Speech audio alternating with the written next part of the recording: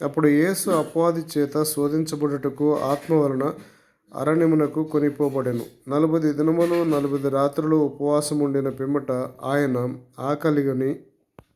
ఆకలిగొనగా ఆ శోధకుడు ఆయన యొద్దకు వచ్చి, నీవు దేవుని కుమారుడవైతే ఈ రాళ్ళు రొట్టెలగునట్లు ఆజ్ఞాపించుము అనెను.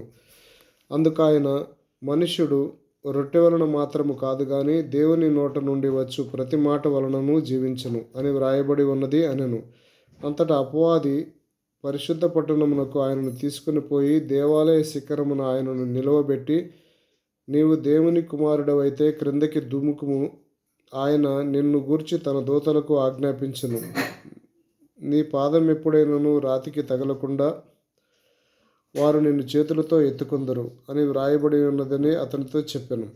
అందుకు యేసు, ప్రభు అయిన నీ దేవుని నీవు శోధింపవలదని మరి ఒక చోట వ్రాయబడి ఉన్నదని వానితో చెప్పెను.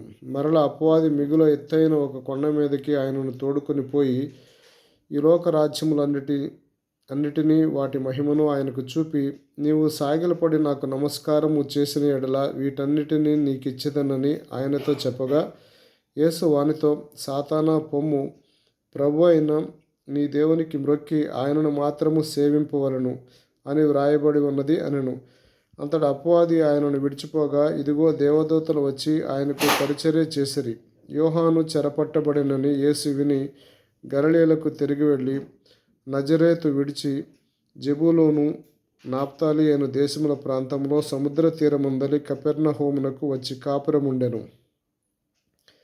జెబూలూను దేశమును నప్తాలి దేశమును యొర్దానుకు ఆవల ఉన్న సముద్ర తీరమున అన్యజనులు నివసించు గలిలయలో చీకటిలో కూర్చుండి ఉన్న ప్రజలను గొప్ప వెలుగును చూచిరి.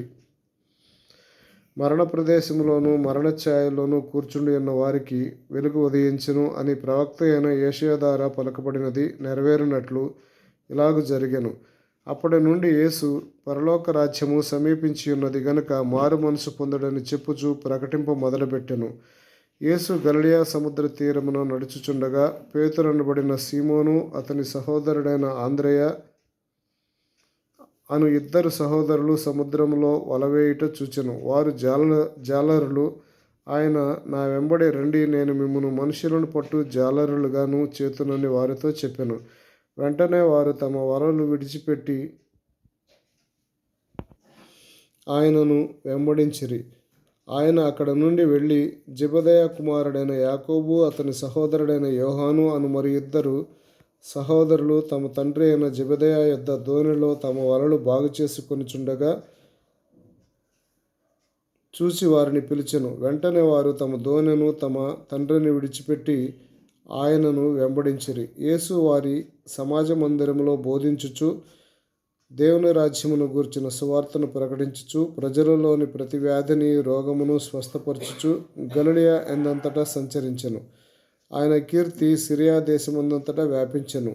నానా విధములైన రోగముల చేతను వేదనల చేతను పీడించబడిన వ్యాధిగ్రస్తులందరినీ, దయ్యము పట్టిన వారిని, చాంద్ర రోగులను, పక్షవాయువు గల వారిని వారు ఆయన యొద్దకు తీసుకుని రాగా ఆయన వారిని స్వస్థపరిచెను. గలిలయ, దెకపొలి, యెరూషలేము, యూదయ అను ప్రదేశముల నుండి యొర్దానునకు అవతల నుండి బహు జనసమూహములు ఆయనను వెంబడించెను.